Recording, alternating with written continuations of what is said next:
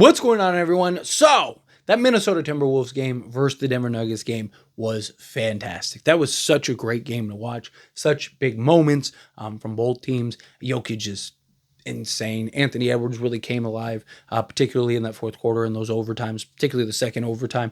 And Westbrook did a video. Thank you, Westbrook, because now Lakers control the 3 seed, which is very important, right? That's kind of where I want the Lakers to finish, is the 3 seed, so they avoid Denver and OKC till the conference finals. But that game was just such a good, fun, hard fought, playoff environment. You had 2 teams that needed the win, that understood the assignment, that understood the intensity, all of that, and we're just laying it all on the line, right? I loved watching that game. It was intense, and even if you're not a fan of either of those teams, obviously it's a Laker channel, but I'm saying if you're just a basketball fan, you had to have loved that game. But the reason I'm talking about it is a big contributor of that game was Nickeil Alexander-Walker, or right? He was fantastic. I mean, he hit big shot after big shot, crucial free throws, obviously, with the Westbrook situation, had some key defensive assignments and stops. I mean, the guy was doing everything. Dropped 26, right? The guy was just everywhere, right? Lakers need him. He, in my opinion, should be, obviously center, I think, is the biggest priority, but he should be another one of those priorities because he's a free agent next season, and the Timberwolves are in cap hell, right? They're in purgatory with that. So they're going to have to make some tough decisions, and Nas probably going to be one of those tough decisions. Also, Nas Reed, he's going to be free, and he's going to get a bag, right? I know a lot of Laker fans really want Nas Reed. I think he's out of our price range, right? We'll see. And is he as great as he is, and as much as don't get me wrong, I would love to have him on the Lakers, he's not really what we need at the center position, right? Yeah, he can play either the power forward or the center spot. That's great and stuff. But, we need a legit, sizable interior center that pairs well with Luka, that can be that lob threat, right? Nas, more undersized, right? Kind of, don't get me wrong, provides toughness, grit, can shoot the 3 ball, spread the floor, gotta go get you 30 on any given night, right? A lot of value in Nas Reed. And don't get me wrong, if the Lakers could find a way and pull off getting Nas Reed, beautiful. I'm not gonna be like, what are the Lakers doing? I'm gonna be pumped. I'm gonna be stoked, right? But Lakers also, beyond the center position, need 3-and-D wings. They need them badly, right? As much as we love players on this team, a lot of these guys have been or not have been, they just are one-dimensional, right? Jared Vanderbilt, Dalton Connect, right? Guys that are usually really good defensively, terrible offensively, or really good offensively, terrible defensively, and it's kind of in between, right? But you look at guys look at Gabe Vincent recently. He's been one of our legit 2-way guys, getting after it on the defensive side, doing the hustle plays, doing the dirty work, knocking down the 3 ball. Dorian Finney-Smith, talked about him, right? How well he's been shooting recently. Right? He's our best plus-minus guy every night because of all the dirty work that he does, the defense, his versatility on the defensive side, all the hustle plays and dirty work, right? And then on top of that, you add in, he's knocking down 3s with consistency.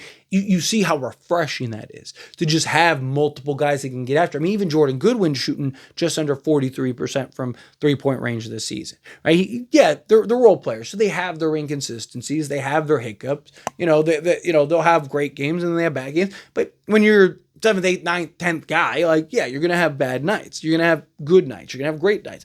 But the more of those guys that you have, the better it is that at least, 1, 2, maybe several are going to pick it up and play to that level, right? So if you can keep Jordan Goodwin and Dorian Finney-Smith and, Gabe Vincent if you wanted to, and then you bring in a Nickeil Alexander-Walker, right? That's just another guy that gives you the versatility, the dirty work, the hustle plays, right? He's 26, so he's still young enough to be a big fixture for multiple seasons, right? You can go give him a 4-year deal and you don't have to worry about like, oh, well, now he's 35 or something like that. No, like he'd be 30 by the time that contract's up. So it would be a good, like, that's a guy that I really do think the Lakers should look at and target. We've talked about it and touched on it. And look, I am confident the Lakers are going to be linked at some point, and there'll be rumors of them signing him and stuff like that to a contract, right? I think it's going to come down to a couple things. One, his market,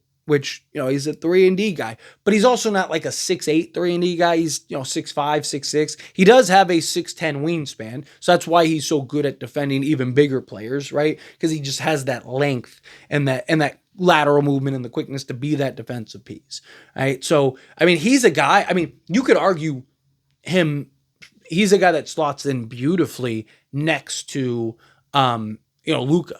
Right, he could be like our KCP type, right, or a Max Christie type, or something like that, right? So he's a guy, or even Reeves at times, right? You go Reeves and right, and have those two kind of pairing and matched up. So if you can get I think he should take press. Like, so to put an example, right? Let's say the Lakers had a decision and they could get Naz Reid or Nickeil Alexander-Walker, right? I would probably take Nickeil Alexander-Walker because, again, as much as I like Nickeil Alexander-Walker, as much as I love Nas, there we go, and I want him on this team, and, you could argue they play different roles, different positions, so it's kind of hard to make the argument, but you could argue that Naz Reid is the better player and all that stuff. Again, at the end of the day, it's not about just putting the names on the jerseys or who's better or who's whatever, right? Like, you could make an argument D'Lo is better than Dorian Finney-Smith, right? But Dorian Finney-Smith was a bigger need. Dorian Finney-Smith was everything this team needed, and you see the impact. You see how valuable or invaluable he is for this Lakers team, right? Is more valuable than Nas, right?